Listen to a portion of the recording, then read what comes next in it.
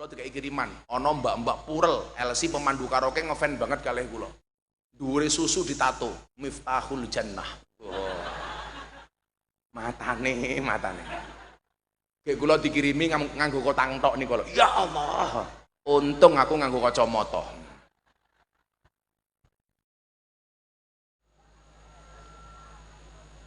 Assalamualaikum warahmatullahi wabarakatuh.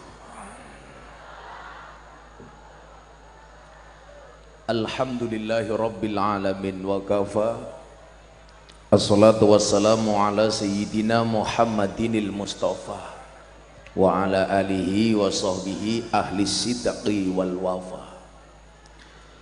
Subhanaka la ilma lana illa ma 'allamtana innaka antal alimul hakim wa tub alaina innaka antat tawwabur rahim.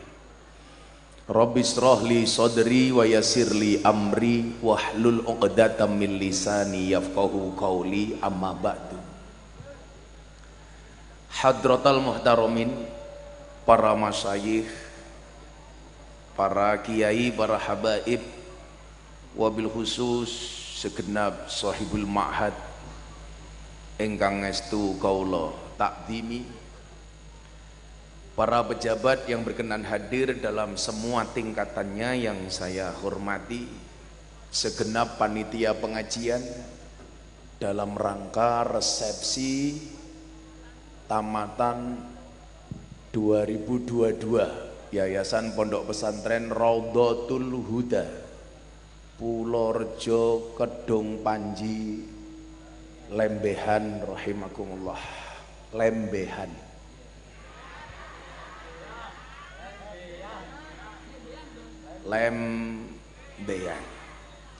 Bapak Ibu kaum muslimin wal muslimat rahimakumullah. Nona cantik jualan jamu. Jamu diminum terasa mengkudu. Meski kita jarang ketemu, yakinlah cintaku hanyalah untuk dirimu. Makan ketan minumnya susu. He wong lembeyan, I love you.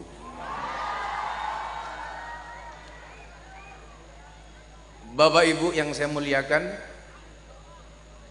saya mendengar kabar bahwa sahibul ma'had niku tasik senasab dengan saya.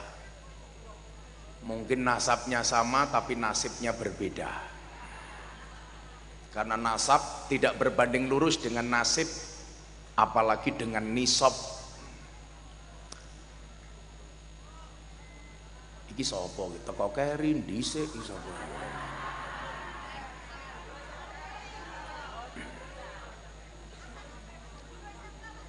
Guru SMK Kemayune.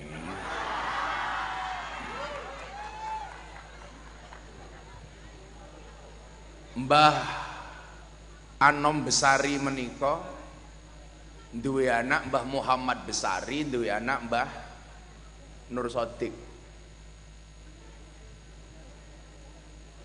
Kula saking Mbah Muhammad Besari, sahibul ma'had menika saking Mbah Yai Nur Sodik. Dadi lak kula niku takoni tentang Mbah Muhammad Besari niku kula rada apal. Mbah Muhammad Besari menika duwe anak nomor 7 namine Kiai Ilyas. Kiai Ilyas niku duwe anak telu, sing barep namine Nyai Madarum. Nyai Madarum niku duwe anak namine Kiai Karyonawi. Kiai Karyonawi duwe anak namine Kiai Jalal Iman. Jalal Iman duwe anak Kiai Muhammad Usman. Muhammad Usman duwe anak namine 14.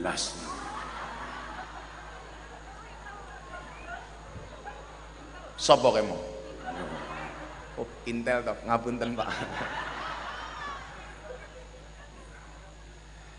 Muhammad Usman duwe anak namine Muhammad Boniran. Muhammad Boniran duwe anak namine Muhammad Muradi. Muhammad Muradi duwe anak namine Miftah Maulana Habibur Rahman. Dadi lak diurut sangka ngisor, Miftah Maulana Habibur Rahman niku duwe bapak namine Muhammad Muradi, duwe bapak meneh namine Muhammad Boniran. Muhammad Boniran saking Muhammad Usman saking Jalal Iman saking Karyonawi saking Nyai Madarum saking Kiai Ilyas duwe bapak namine Muhammad Besari duwe bapak namine Anom Besari duwe bapak namine Raden Demang duwe bapak namine Pangeran Demang duwe bapak namine Ratu Jekulo, munggah melih sampai urutan 16 namine Brawijaya 5. Pertanyaannya begini, kenapa saya paling nggak suka membicarakan nasab? Saya dulu dibully ketika membuat yayasan pondok pesantren Ora Aji. Masuk pertama kali di Jogja, dibully. Nopo? Kayak iki sopo? Nasabe ora jelas wae kok gaya. Bapak Ibu yang saya muliakan, saya mempunyai sebuah kekhawatiran ketika orang yang merasa tidak punya nasab besar, seolah-olah dia tidak berpotensi menjadi orang besar. Padahal belum ada jaminan yang bisa membuktikan orang bernasab besar pasti jadi orang besar. Makanya dulu ketika saya muda, sekarang sih masih muda gitu loh. Saya ngomong tua yo matane katarak. Saya dilamar oleh kiai besar mau dijadikan anak mantu. Miftah tapek mantu. Niki wong gede, wong kondang. Saat itu saya sholat istikharah. Jadi lah cah nom-nom ki lak ndek pilihan lho ya, sholat istikharah. Umpamane cah loro, ana cah wedok ayu A karo B, kowe milih A apa B? Kowe sholat istikharah. Tapi sebelum sholat istikharah kamu yakinkan bahwa dua-duanya mau sama kamu. Sing cilaka wis istikharah, loro-lorone ora ana gelem sing awakmu, merongos tak kandhani. Akhirnya malah nangis. Semarang ngayuk Jakarta, tiwas wis sayang mung dianggap konco. Semarang kali ini budak, kadung sayang matane picek. Waktu itu kemudian saya memutuskan apa? Untuk menolak pinangan kiai besar ini.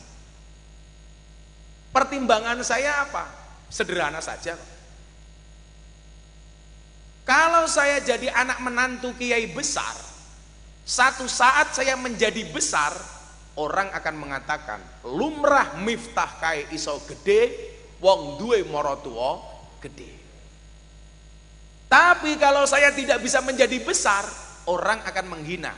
Miftah kae goblok, mosok dadi mantune wong gede tapi ra iso gede. Maka saat itu saya memutuskan tak rabi wae karo wong biasa. Dongaku apa li? Ya Allah, berilah saya istri yang lebih alim dibandingkan saya, supaya saya diajari oleh istri saya.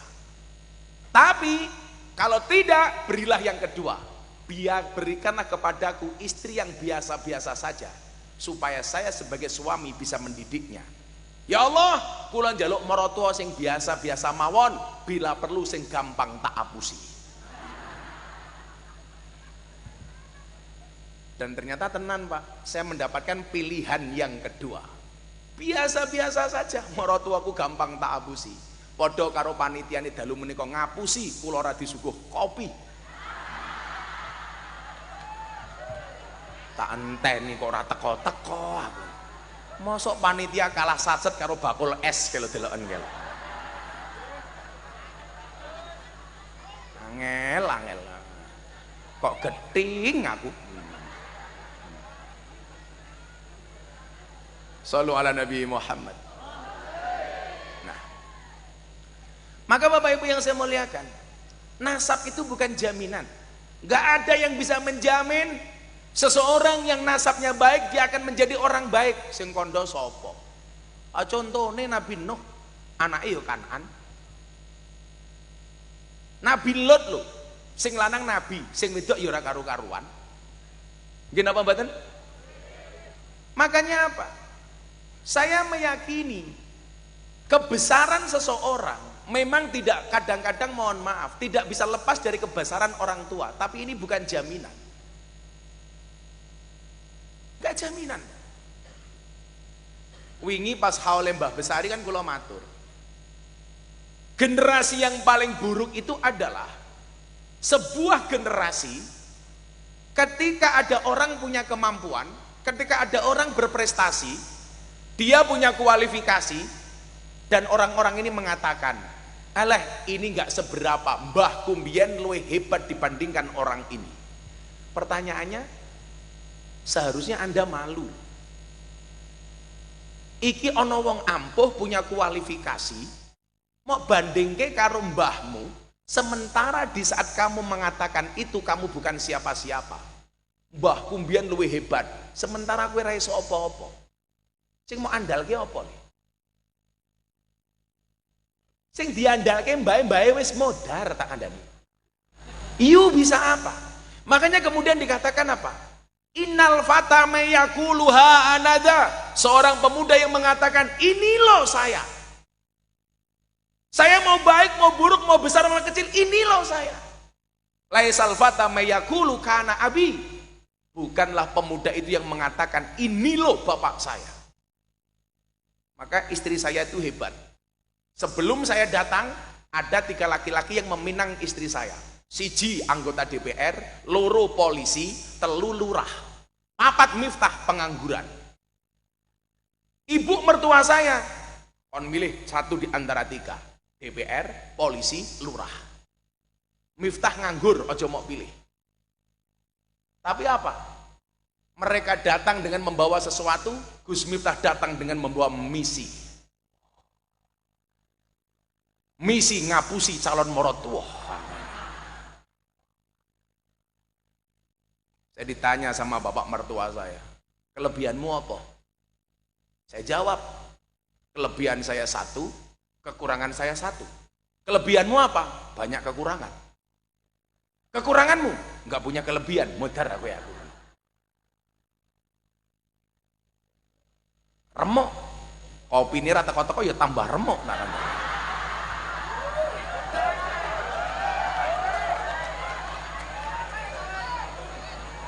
Sing satset masih.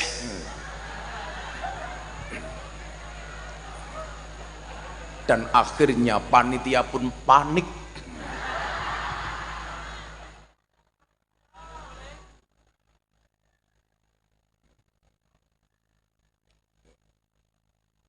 Saat itu saya punya keyakinan begini Bapak Ibu. Niki ana pepatah, niki mboten dalil, mboten hadis, tapi pepatah makalah lah. Saya ngerti kula makalah, lah kula salah dibenerke. Idza sadaqal asmu wa duhas sabil. Where there is will, there is way. Kalau bahasa saya sebenarnya ekstrim. Idza sadaqal asmu bukan lagi waduhas sabil, tapi waduhas subul. Cangkeme sapa meneh? Wedang ra cetha malah bengok-bengok. Idza sadaqal azmu wa duhas sabil. Jika niatnya baik akan ada jalan. Kula ganti waduhas subul. Kalau niatnya baik pasti banyak jalan. Gusti Allah niku nggak mungkin Pak membuat jalan hanya 1 untuk kebaikan. Padha karo jenengan tindak mriki pengen ngaji. Ana sing lewat lor, kidul, kulon, etan. Jadi dalane kathah. Makanya bahasa saya bukan where there is a will there is a way, tapi where there is a will there are. Jalannya ini jamak. Wis, banyak jalan. Artinya apa? Kalau kemudian kita sering mendengar banyak jalan menuju Roma, banyak jalan untuk menggapai kebaikan, untuk mencapai puncak. Sing dijaluk wedang malah dandani salon.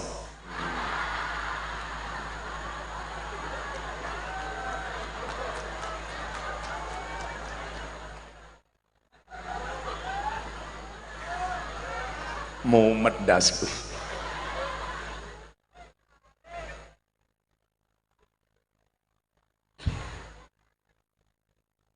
Kula dadi kelingan biyen Pak Kiai Said niku, wong ngalim tenan niku. Zaman muktamar NU di Lirboyo. Gus Dur niku lak biyen tau ngendikan Pak Kiai Said kae iso dadi ketua umum PBNU di atas usia 50 tahun. Dan ternyata firasatnya Gus Dur niku benar. Ngoten nggih. Lah ana kiai ngendikan ngoten niku mboten ramalan, tapi firasat. Itaku firasyatal mukmin fa innahu yang duru binurillah. Jadi orang tidak bisa membedakan mana ramalan mana firasat. Sadurunge kula terus kula kelingan. Kula nate sowan teng Gus Robert, Agus Tijani Robert Saifun Nawas. Gus Robert putra ketiga dari Gusmi. Gus Sabut, terus sing nomor loro Gus sinten? Mboten. Agus Sabut, sing nomor loro niku Gus sinten? Nomor telu Gus Robert, nomor telu. Kula lali soalnya urung ngombe kopi dadi lali kula.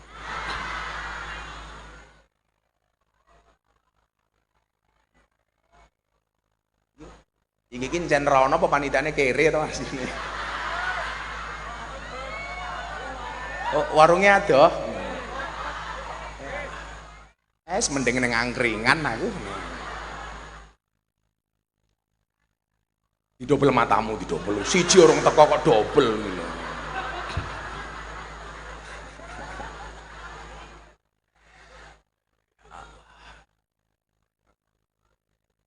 Kula sowan Gus Robert dalam rangka haule Gusmi. Haule Gusmi itu dibagi-bagi. Menawi Gus Robert niku nggawe haule Gusmi itu biasanya hari kedua atau ketika Idul Adha. Pas kula sowan Gus Robert niku enten tiang nganggo baju polisi, kaya polisi nih Pak. Tapi dudu polisi. Jadi dudu polisi. Apa ini? Balik meneh.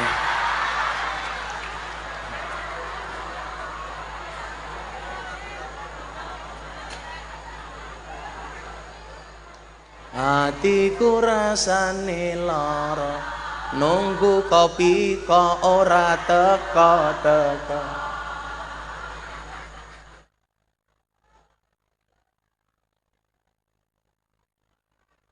Nah, enten tiang nganggo baju meh mirip kaya polisi ngoten niku. Tapi sikile mung siji.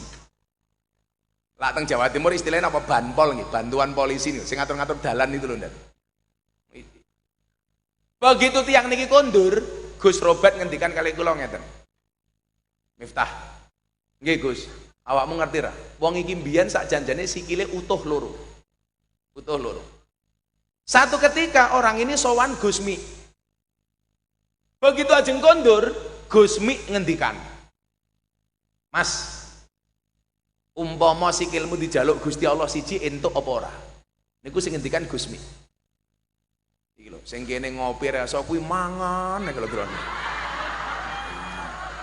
Kan aku jadi ingin. Malah kaya ngowenyek lho niku. Kene ra apa plak plak plak plak. Ora pengertian belas itu. Loro atiku. Pantesan wetenge gowedhe cah iki. Iki dadi wong lanang wetengmu aja gede-gede. Sak nggon-nggon kula matur, wong lanang ki lak wetenge gede, jarene dokter manuke cilik.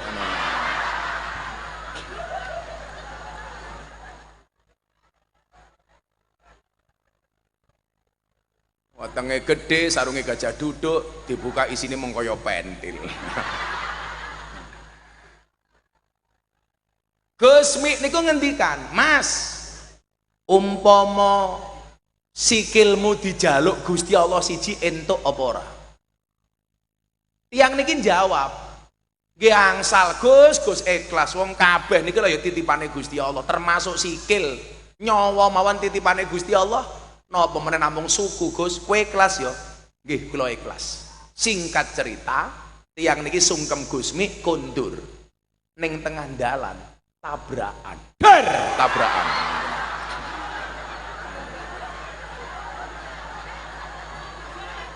tabrakan.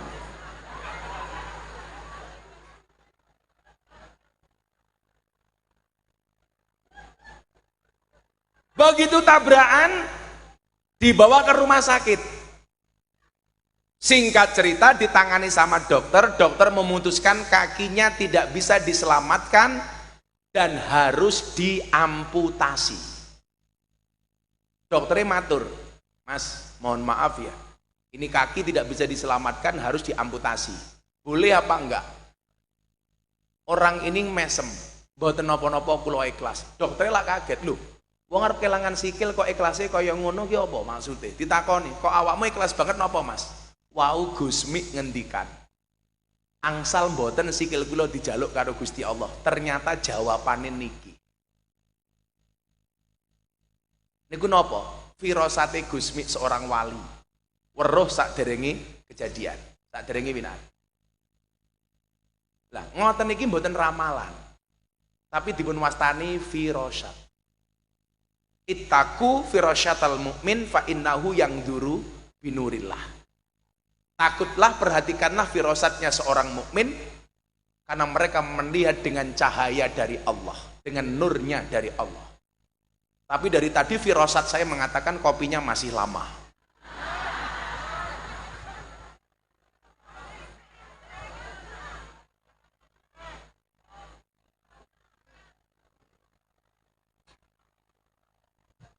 Bu, kula tak takon. Bojone jenengan niku kagungane jenengan apa kagungane Allah? Suamimu itu milikmu apa miliknya Allah? Miliknya Allah. Berarti jenengan ra kena nesu yen bojone rabi meneh.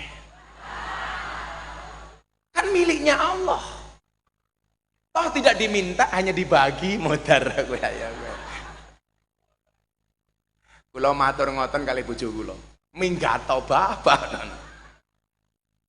Tapi insya Allah saya tidak akan pernah menduakan istri saya. Banyak laki-laki mengatakan mencari istri solehah itu susah.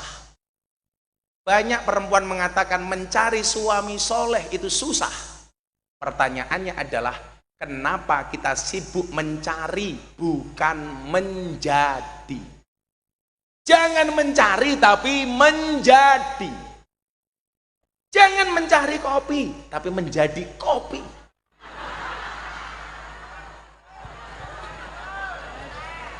Tak eling-eling tekane pati pokoknya.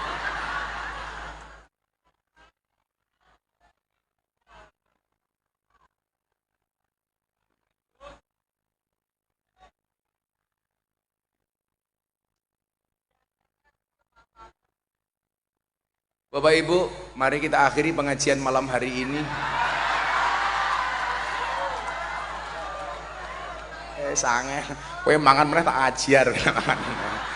Malah mingini.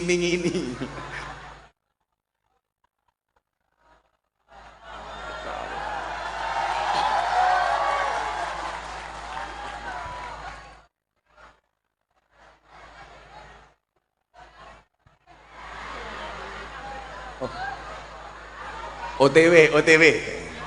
Oke, tunggu aja.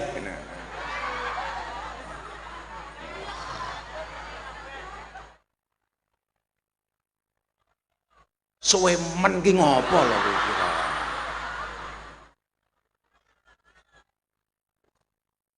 Tekone keri, canggire teng klepret.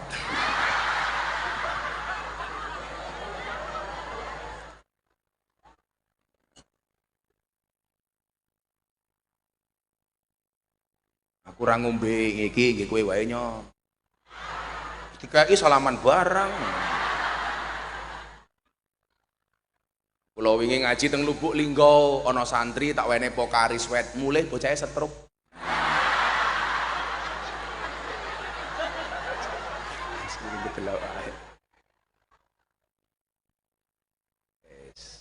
Ngopi dhisik. Umum panas sedang diombe. Jangan pernah kamu sesali kopimu dingin. Kenapa? Karena ketika hangat tidak pernah kau hargai. Kok aku kan mau dengar-dengar orang tisu ya.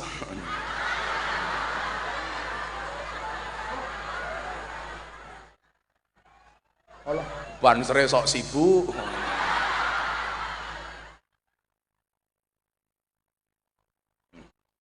Pahit sangit.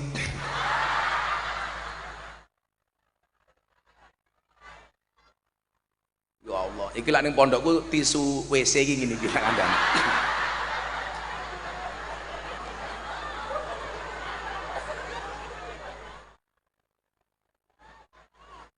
Sallu ala Nabi Muhammad. Nah. Maka Bapak Ibu rahimakumullah, jangan sampai kemudian ketika kita merasa tidak mempunyai nasab yang baik, itu menutup peluang untuk melahirkan generasi yang besar. Kalau saya sendiri merasa terbebani ketika kemudian kita dinisbatkan kepada seseorang yang besar, sementara kita tidak bisa menjadi besar. Umpamane, ono bocah mbae gede banget. Saya ngeten lho, para gus-gus nom. Begitu banyak kejadian di lingkungan kita, transisi dari orang tua kepada anak itu tidak soft landing, tapi hard landing. Mendaratnya ini tidak soft, tidak lembut. Kenapa? Lah awak mungkin duwe bapak gede masyhur. Secara psikologis beban anak itu besar. Kenapa? Karena dia harus berusaha minimal kayak bapaknya. Tapi sebaliknya, lah awak mungkin duwe wong tua gede, seharusnya apa? Secara psikologis bebanmu ringan. Wah, bapakku wong biasa kok. Maka di banyak tempat nyuwun sewu, banyak pondok pesantren, ketika dicekel bapak iki dadi apik, mudhun ning anake bubar. Maka bebannya anak itu besar. Lah menjadi celaka ketika anak hanya disibukkan dengan romantisme sejarah. Biyen bapakku gede, tapi di saat dia mengatakan bapakku gede, dia bukan siapa-siapa. Apa kudune ra isin kowe?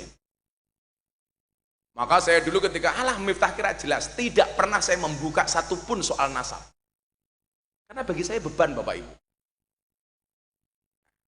Mila sakniki nyuwun sewu, jenengan sing rumangsa mbiyen bae biasa-biasa mawon, santai mawon. Yuhsyarul mar'u ma'aman ahabba. Seseorang itu akan dikumpulkan bersama orang-orang yang dicintainya. Dalu menika jenengan tindak mriki mergo cinta karo wong saleh. Insya Allah jenengan soleh, anak putune soleh solehah, amin. Jadi jenengan tindak mriki seneng karo Kanjeng Nabi, sesuk ning padang masar kumpul karo Kanjeng Nabi. Jenengan tindak mriki seneng karo kiai, kula dongake senajan ora ndek nasab kiai minimal mambu kiai. Mambu kiai niku luwih apik tinimbang kiai mambu. Untung aku wangi yo maklum kiai ini artis kok. Saya itu lagi membuat komunitas di Jakarta, Bu, pengajian artis yang tidak keras tapi pengajian sing santai. Alhamdulillah jamaah kula mulai kata ono Vicky Su, Aura Kasih, Nagita Slavina, Lesti, Rizky Bilar, dan yang terbaru Lucinta Luna.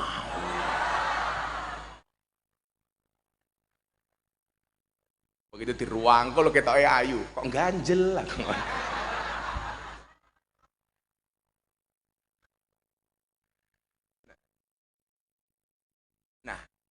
Tugas kita hari ini apa? Membangun, dan peradaban itu akan menjadi baik ketika dimulai dari lembaga pendidikan.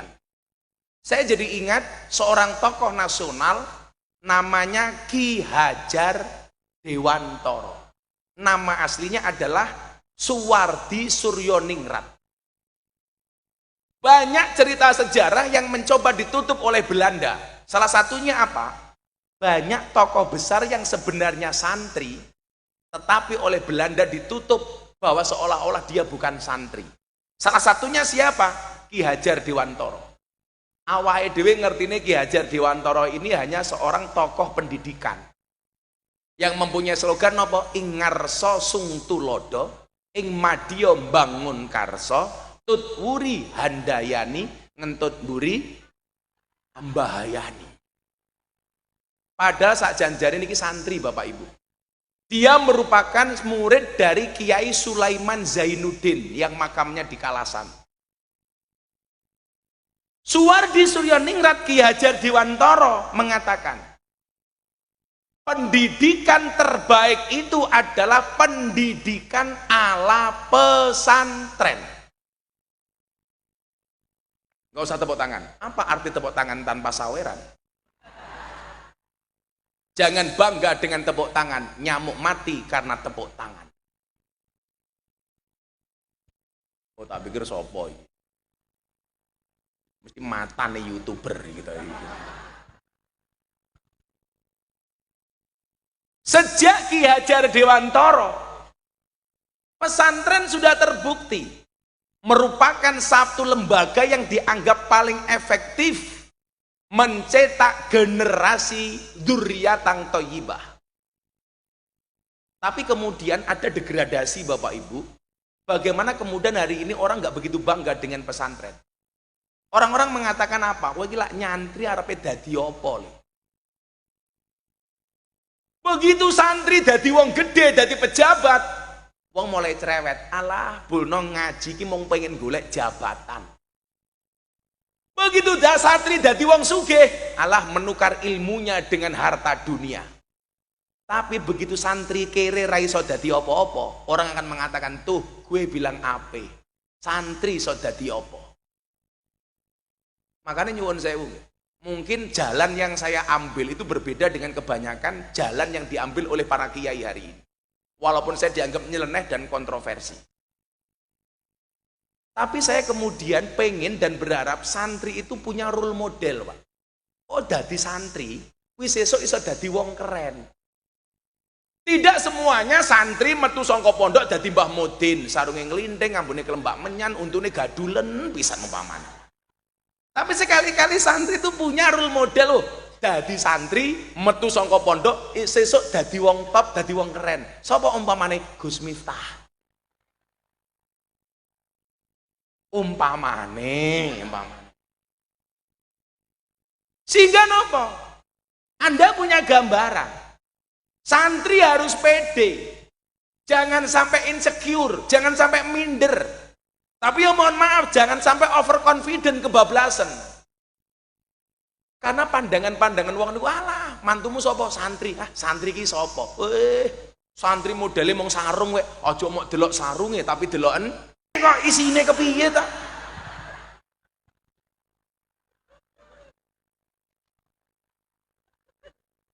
Ilmune aja isine sarung.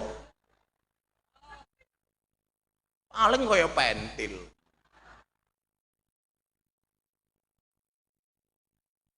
Maka niku wau. Saya dulu ketika berangkat mondok dari rumah usia 6 tahun, saya masuk ke lembaga pendidikan keluarga Pondok Pesantren Bustanul Ulum di Lampung.